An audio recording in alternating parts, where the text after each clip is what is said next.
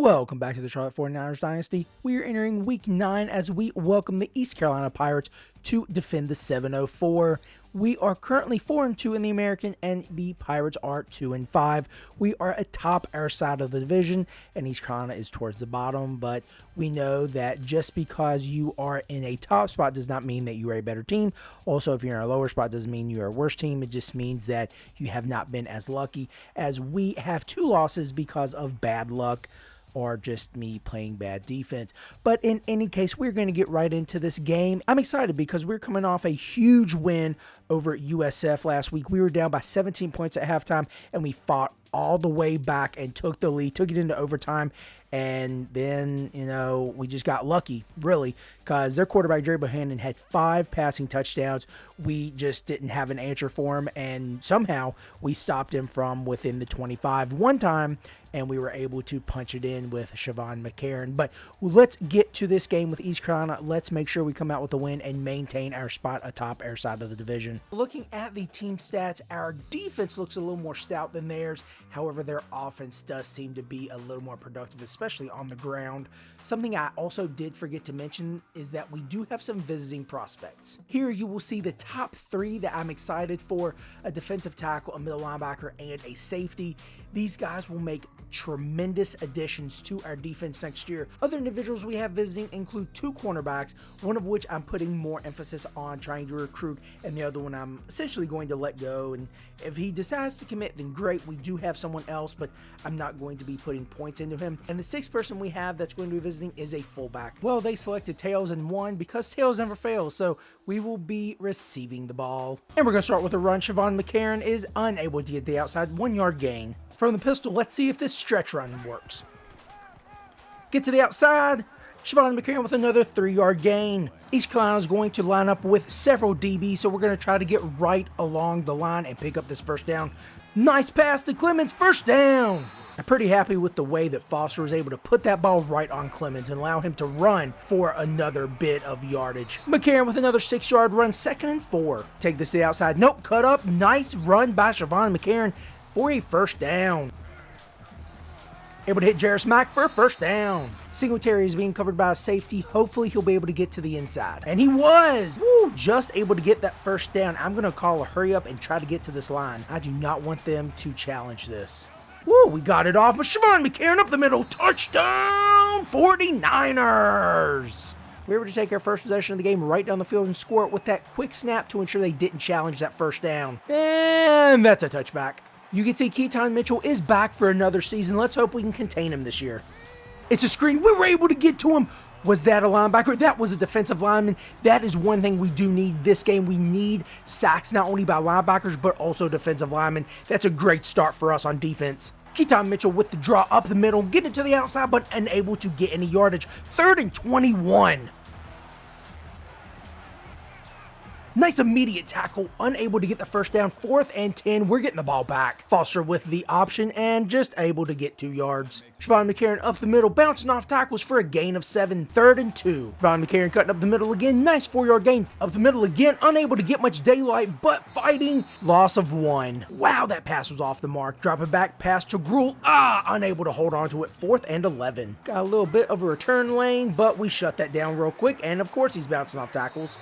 Ooh, tricky little option, run to the outside, 3rd and 1.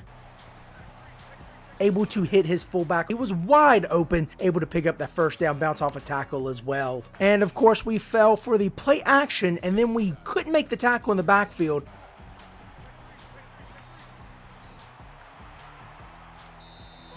We are going to head into the second quarter with the 7-0 lead, showing our first play of the game as we got that sack, and then we gave up this long run to Keaton Mitchell. And somehow he was wide open in the middle of the field. 1st and goal. Ooh, negative 1-yard gain. Stop on the goal line. That fullback might be down. Ooh, Stone Handy jumped right in front of that pass, but of course wasn't able to pick it off. CJ Johnson, who burned us last year, caught a touchdown again to put the Pirates on the board. And Jarris Mack dropped the ball. So we're starting within their 5. Going with a play action here might be a little dangerous, but we are able to hit Clemens for that long gain. Able to maintain control of the ball. A little bit of motion here. Going to try to get to the outside. Siobhan McCarron is able to make a little cut. 5-yard gain. Little misdirection here. Get him to overplay that. Unable to. Loss of yardage. Looking past the Clemens. Unable to get right underneath that cornerback. Taking it up the field. Woo! Nice first down by the big man.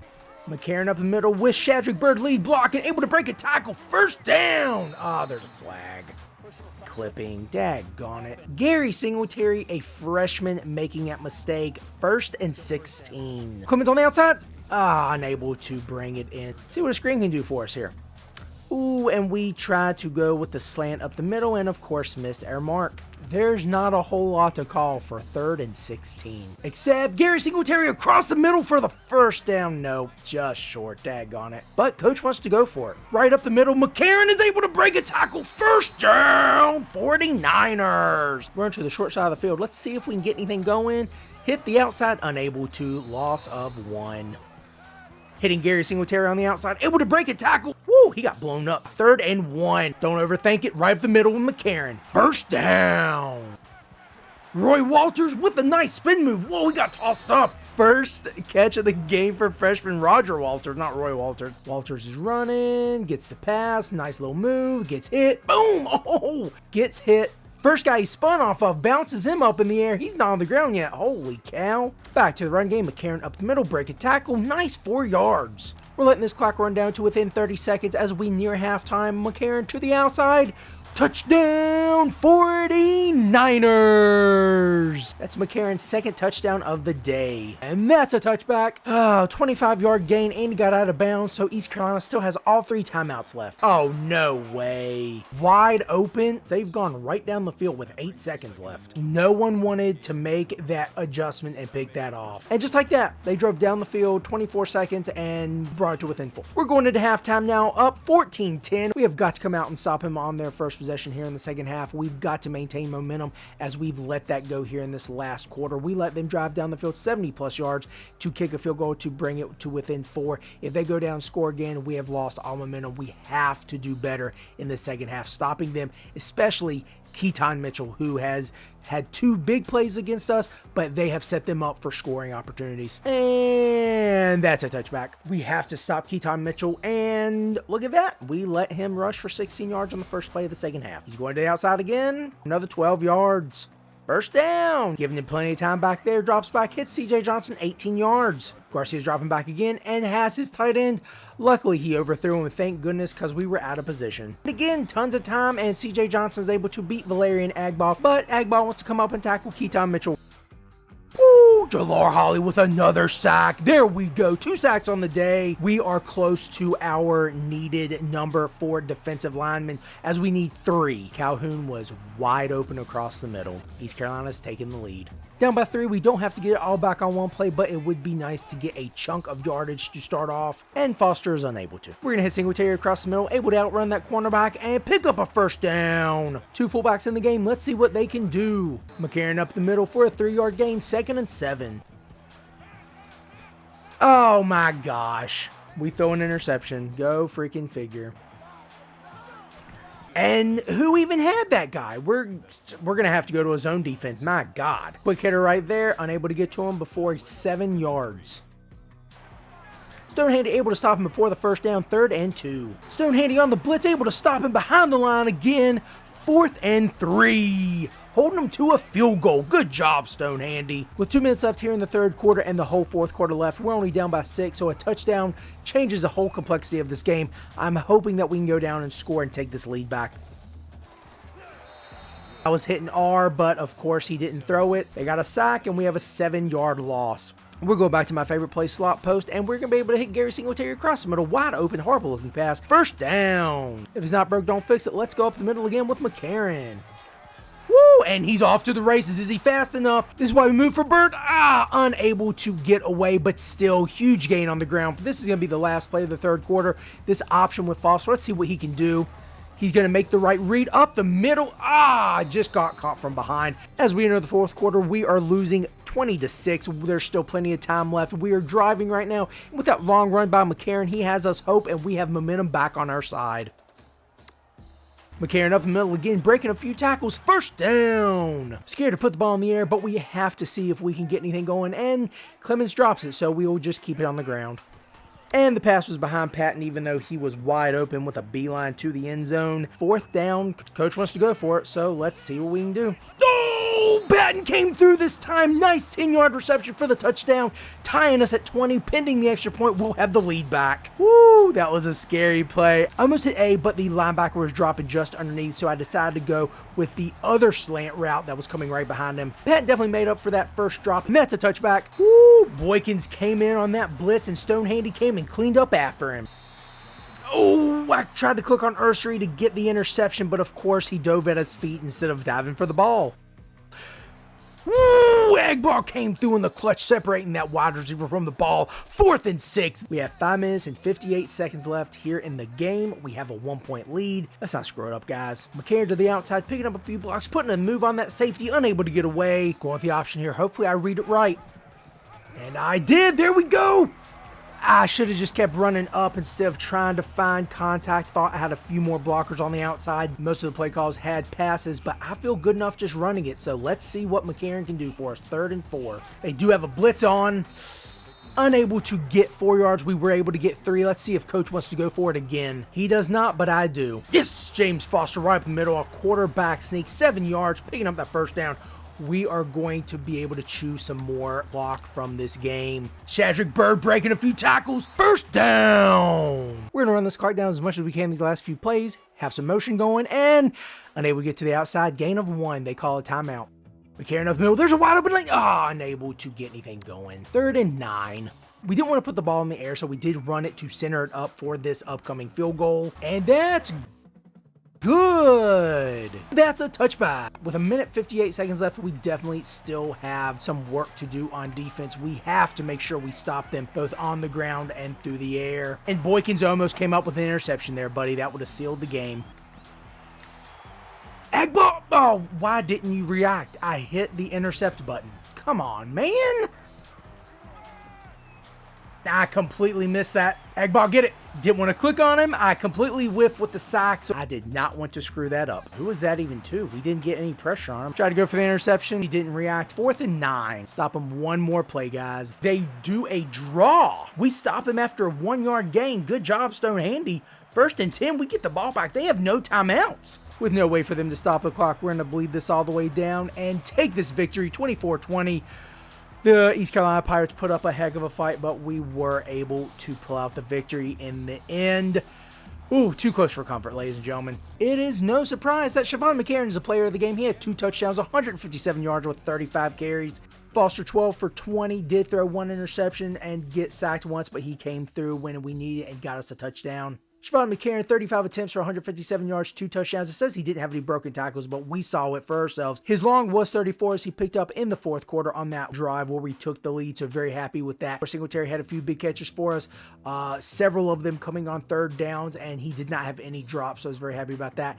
Clemens, on the other hand, did have a few big catches, but he also had a few drops, as well as Patton, what he did make up for. And Nolan Gruhl, Stonehandy was our leading tackler with 6. He did have 2 tackles for loss, as did Jalar Holly. Michael Kelly also had a tackle for loss. I also did have 2 sacks by Jalar Holly. That was not enough to get us over the hump for the linebacker or for the defensive lineman, so I'm still hoping that our performance was enough. We did have enough tackles for loss by defensive linemen to at least get that goal. We only had 1 deflection by a defensive back. The other one came from middle linebacker Boykins, who should have picked that ball off in the first place, but that also did not meet the goal for the defensive back. So again, hopefully the rest of our play or lack thereof from our defensive backs was enough to make that safety say, hey, yeah, I want to come here. I want to defend the 704 and I want to be a 49er. Well, this year was completely different. We had more points than we had more first downs than we had more offensive yards than we had more rushing yards than them. Not more passing yards, but we also did have a better 4th down completion. For some reason, they decided to have a draw on 4th and 10. We completed all 3 of ours. We were also pretty great on 3rd down, going 10 for 16. Unfortunately, we lost a turnover battle, and so that is going to hurt us in the rankings. rankings and with our turnover differential. And the results are in. We were able to get one cornerback and one safety. Unfortunately, the fullback, the other cornerback, and the middle linebacker were not as interested in us as we would have liked for them to be to commit, but there's plenty of time left in this year, and if we need to commit points elsewhere, we definitely will. The first recruit we're going to talk about who committed this week was two-star JUCO cornerback Justin Wood from Myrtle Beach, South Carolina. He has pretty good speed, great acceleration, pretty good agility. His stamina also looks good. I really like his pursuit, but his man coverage, his zone coverage, and his press are all things that I think are going to help us. His block shedding is unusually high for a cornerback as well. His finesse move, his strength is not high. His jumping isn't great, but I am looking forward to seeing what he can do with his 55 tackling.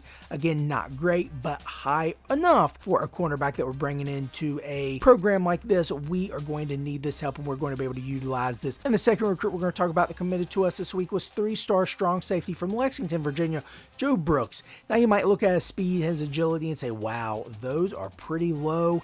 I'm not excited about those, but I like his strength and I like his zone coverage, but more importantly, his block shedding and his tackle. If he gets his hands on you, he's bringing you down. The second commit we're going to talk about is three-star strong safety Joe Brooks from Lexington, Virginia. Now, you might be looking at his stats and say, wow, he's pretty slow. He doesn't have great agility. His acceleration isn't the best in the world, but look at that tackle and look at that block shedding. Also, his finesse move is pretty good too, but here's the thing. If he gets his hands on you, he's going to bring you down, especially with his frame. He is 6'5", 200 pounds.